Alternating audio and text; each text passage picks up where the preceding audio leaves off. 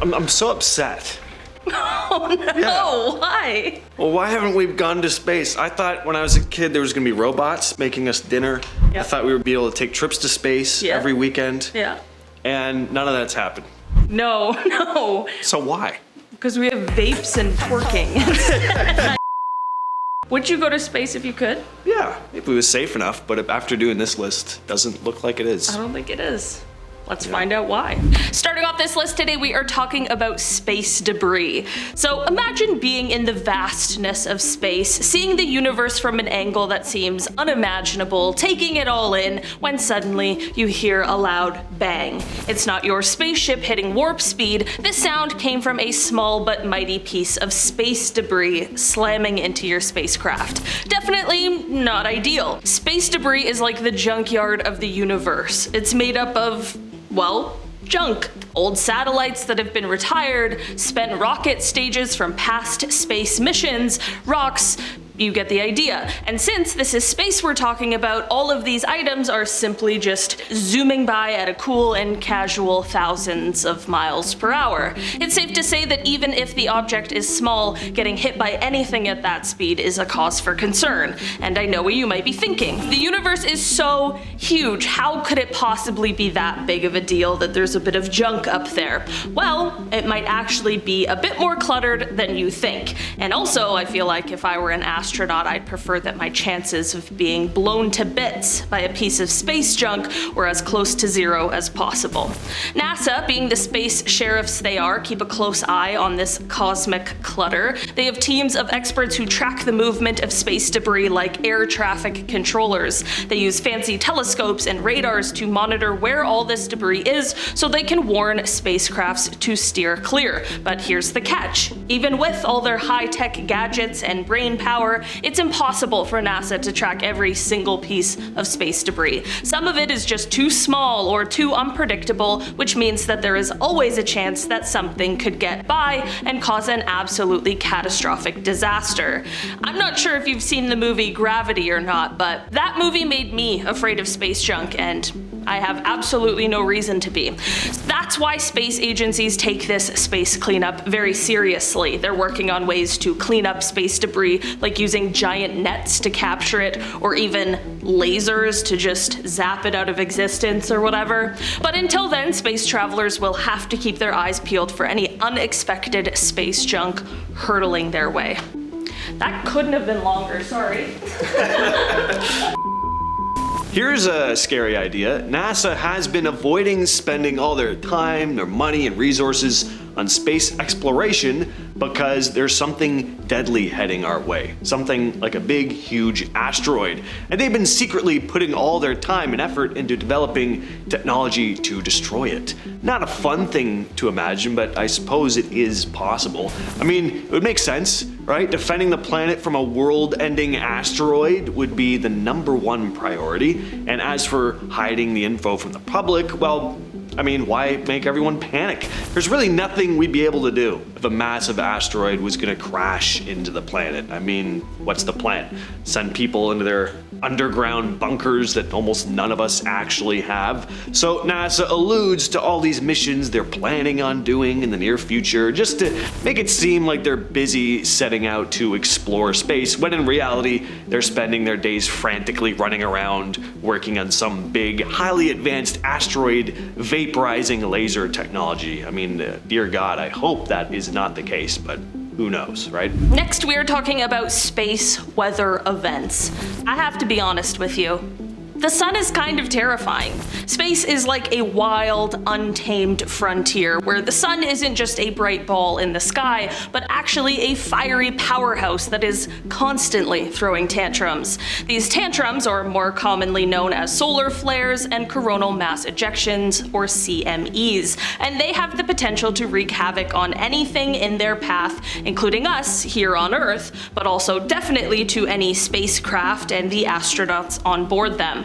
Solar flares are sudden explosive bursts of energy that send out a flurry of radiation and charged particles, and they can be powerful enough to completely fry the delicate electronics on board a spacecraft, and they can also cause major issues to their communication systems on both satellites and spacecraft, which is terrifying for obvious reasons. Imagine a space flight losing contact with Houston. CME, on the other hand, is a massive bubble of hot gas and magnetic fields erupting from the surface of the sun and racing through space like a space tsunami. When a CME hits Earth, it can cause us to have geomagnetic storms that affect our planet's magnetic fields. Remember all those lovely auroras we had a couple weeks ago? Yeah, maybe not quite as lovely as we maybe thought.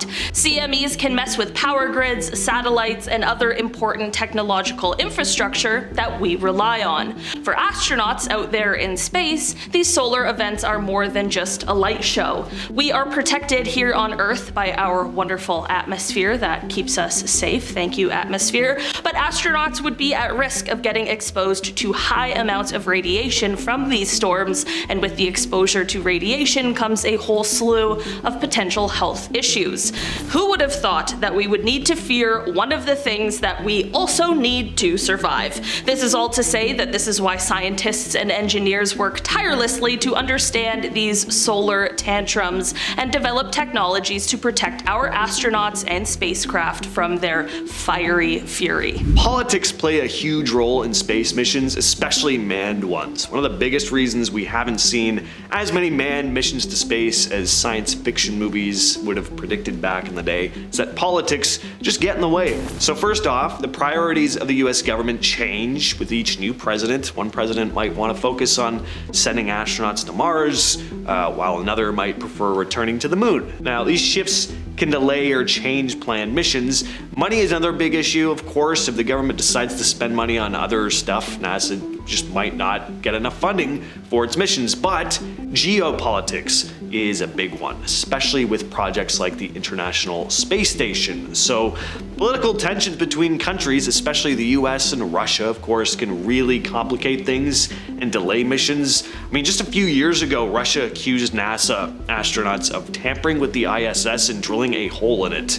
Kind of a wild story, and I'm surprised it hasn't gotten more coverage. But anyway, of course, there's also the competition aspect with other countries. Competition can be good, can force countries to innovate and get more ambitious, but it can also lead to a lot of secrecy and less cooperation. Imagine landing on a pristine alien world all set to explore its mysterious terrain. You step out of your spacecraft, eager to take that historic first step. But wait, did you just unwittingly unleash a microbial invasion? When we send spacecraft to other worlds, they're not exactly traveling light. They're loaded up with all sorts of gear and gadgets, and sometimes they're carrying a few stowaways. These microscopic passengers might seem harmless to us, but on a planet or moon where life has never existed, they could cause some serious trouble. Those Earth microbes, accustomed to our cozy home planet, might start wreaking havoc on this new environment, disrupting delicate ecosystems and throwing the whole place out of whack. But it's not just about protecting other worlds from us, there's also the risk of bringing something back home that we definitely don't want. Think about it. If we stumble upon alien microbes during our space travels, who's to say that they won't cause trouble when they hitch a ride back to Earth? We're talking about potential pandemics of extraterrestrial origin, a sci-fi nightmare come true.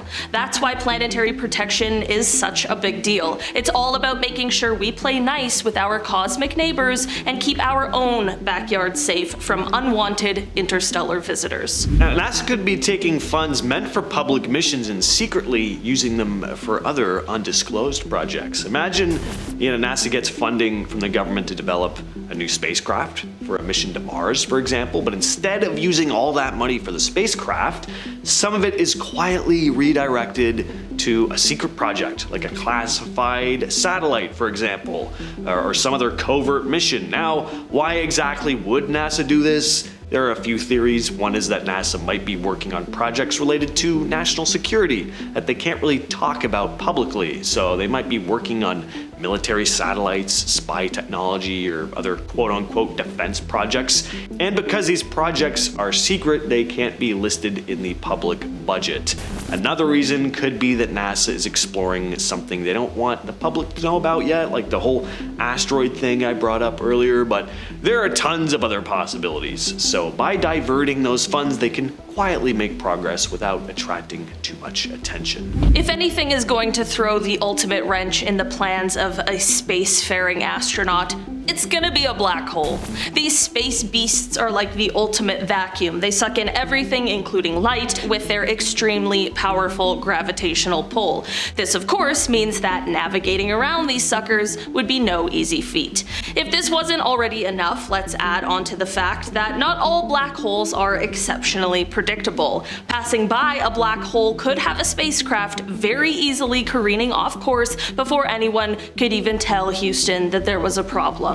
Plus, if you get too close, not only are you not escaping that gravitational pull, but the tidal forces will soon turn you into human spaghetti, which, while very interesting, is probably not the goal of the space mission. So while black holes make some fascinating study material, they are best viewed from as far away as humanly possible. Now, the first successful mission to the moon happened in 1969. You'd think by now we would have at the very least landed on Mars, so why haven't we? Well, aside from budgetary restraints and all that stuff, there are a lot of negative effects prolonged time in space can have on the human body, and there are possible long-term effects that we may not even fully understand yet. If we had the type of technology in, say, Star Trek, allowing the ships to replicate the gravity that we have here on Earth, things would be a lot easier, but as it is now, that's just not the case, so a long trip to Mars and back just really isn't on the table at the moment. One major issue is muscle and bone loss. Without gravity, your muscles and bones don't have to work as hard, which can lead to muscle atrophy, similar to what happens to people who are bedridden for long periods of time. On Earth, gravity also pulls all your bodily fluids down towards your feet. In space though, without gravity, these fluids move up to your head. So aside from causing like a puffy face, there's also increased pressure in the skull, which doesn't sound very fun. There are even some studies that have shown being in space can weaken the immune system. So there's a lot of challenges here we just don't currently have the technology to deal with. Alright, so picture you're in space, you're cruising through the cosmos aboard a spaceship, boldly going where no one has ever gone before. And then suddenly, out of the vast darkness, you stumble upon something unexpected, an encounter with beings from beyond our solar system. But before you break out the intergalactic welcome party, there's a twist. These extraterrestrials might not have the friendliest intentions. The idea of bumping into alien life forms, especially ones that aren't all rainbows and sunshine, can send a shiver down the spines of even the most intrepid space explorers. The truth is, while we've been scanning the skies for signs of alien civilizations for decades, we haven't stumbled upon any little green men, or tentacled beings for that matter, just yet. However, that hasn't stopped the speculation. Some folks worry that if we do encounter extraterrestrial life, it might not exactly roll out the welcome mat. Hollywood has certainly done its part to stoke these fears with blockbuster movies featuring hostile aliens bent on interstellar domination. So while we keep our antennas tuned to the cosmos in search of extraterrestrial neighbors, it never hurts to be prepared, just in case E.T. and friends decide to swing by for a visit. And lastly, we have the obvious. Manned space missions are just plain dangerous. I'm focusing mostly on moon landings here because people will often question why NASA hasn't been back to the moon since 1972, and there are plenty of reasons, danger being one of them. Now, NASA is saying we'll have another crewed mission to the moon in 2026 as part of the Artemis project. Fingers crossed that does happen. But as for why we don't have a moon base already, like youngsters in the late 60s all thought we would have by now, well, danger, definitely a factor. Failed space missions date back to the 60s, but even in more recent times, the Challenger disaster in 1986, the Columbia disaster in 2003, it's just hard to get out into space and not die. We haven't mastered the technology yet like we have with planes. Now, if something goes wrong during takeoff, landing, or while out in orbit, it's just hard to correct, and the probability of death is high. Well, on that positive note. Yeah, great note. We've just crapped on everyone's dreams here. Well, anyway, that's it. So.